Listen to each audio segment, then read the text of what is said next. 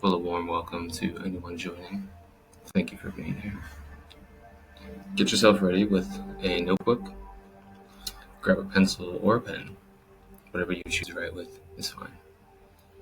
This is math from the void. Math coming at you pretty much out of nowhere.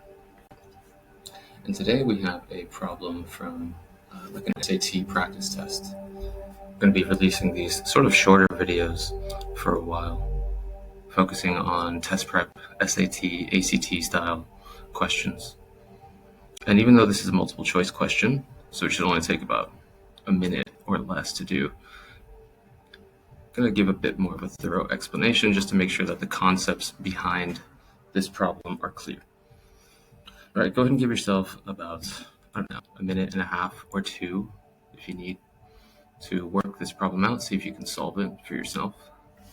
And then when you're ready, you can unpause the video and see how we do it here as well as the thinking behind this problem. So just to be clear, we have 7 to the k is 100, and we're asked to find the value of 7 to the power k over 2 plus 1. So if it's not already clear from the notation, this is like 7 to the power, so I'll put parentheses, k over 2, and then plus 1. That's all contained in the power. Let's get started. First, in order to approach this, you need to understand powers of exponents.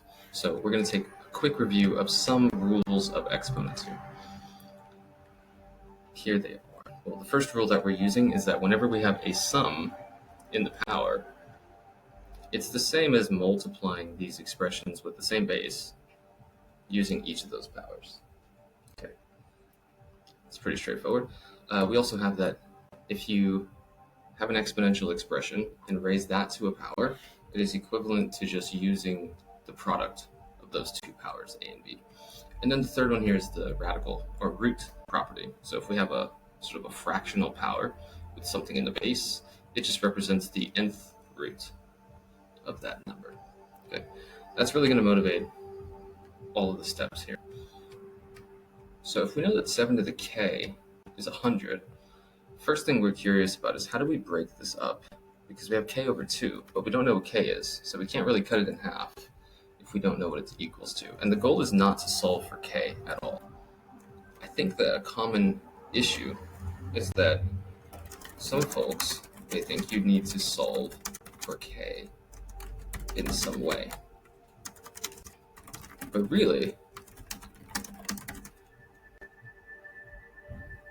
you just have to somehow get from,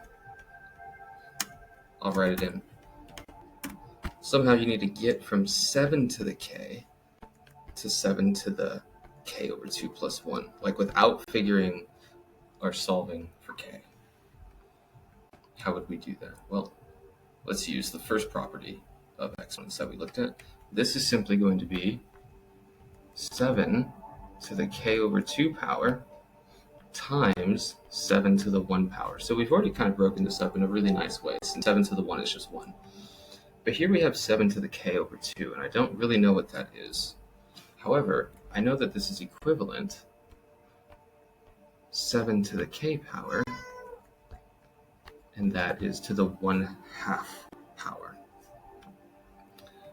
And this is still times 7 to the 1, which is just 7. Okay, great. Now, how can we use this information? Well, we know what 7 to the k is. I've sort of pieced it together now that I know what 7 to the k is equals to. That's just equals to 100, right? We know that from up here. 7 to k is equal to 100. So this is really 100 to the 1/2 power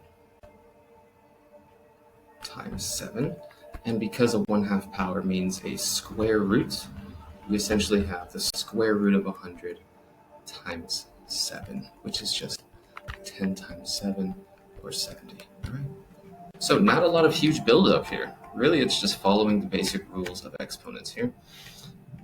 And that gives us the answer 70. I believe that was option D or something. Doesn't really matter. This was on a multiple choice to let you know, but it's good to know how to actually solve the problem directly. I think that's enough blab out of me. I'll see you guys